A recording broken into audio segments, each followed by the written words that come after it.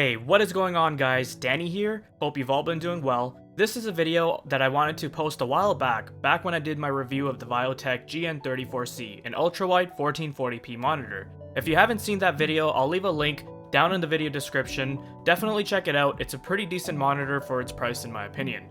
With that said, I wanted to do some benchmarks of various titles and see how a system with the following specifications performs at the ultra-wide Quad HD resolution. With a resolution of 3440 by 1440, playing AAA titles is no easy task. With the benchmarks I conducted, we'll find out whether or not my PC is up to the task. Now before we get into it, let's go over some system specifications. For the CPU, we have the AMD Ryzen 7 1800X, which has been overclocked to 4 GHz, and is being cooled by the Noctua NHD15. The RAM consists of 16 GB of G-Skill Trident Z, clocked at 3333 MHz. The motherboard that this system is using is the Gigabyte Aorus AX370 Gaming 5. For the graphics card, we have the EVGA GeForce GTX 1080Ti SC Black Edition. For the case, housing all these components, we have the Corsair Air 740, providing plenty of airflow to keep the components cool. For full system specifications, you guys can check the video description down below.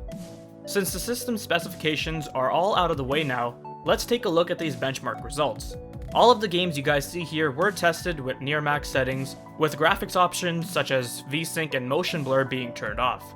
Also, since we're already at a high resolution, anti-aliasing solutions were kept to a minimum, with options such as FXAA or MSAA X2 at the most being used.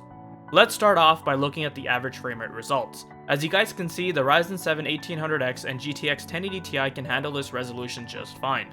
Pretty much all the games were averaging well above 60 FPS, and a couple titles showed figures above 100 FPS average, such as Battlefield 1 and F1 2017, which is phenomenal.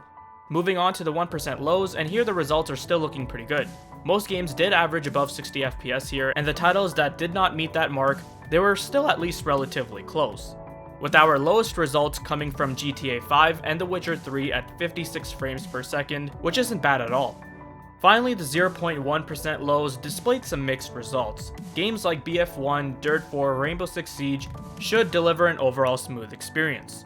Games like F1 2017, Hellblade, Far Cry Primal, and Rise of the Tomb Raider had some dips into the high 40s, which can be slightly noticeable but isn't anything terrible. You'll still be experiencing playable performance. Now games like The Witcher 3 and Hitman 2016 did show drops into the low 20s, which can introduce some choppy gameplay. So I would recommend dialing back some settings to help smooth out performance. In conclusion, after taking a look at the results, this system can definitely handle the ultra-wide Quad HD resolution for AAA gaming. The 11 game averages show average FPS figures at around 87 FPS, which is pretty darn good.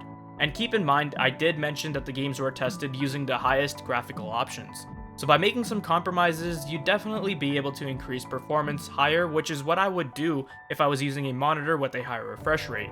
But nonetheless, the Ryzen 7 1800X and the GTX 1080Ti will be able to deliver more than enough performance to allow you to enjoy the immersive 1440p ultra-wide monitors that are out there on the market.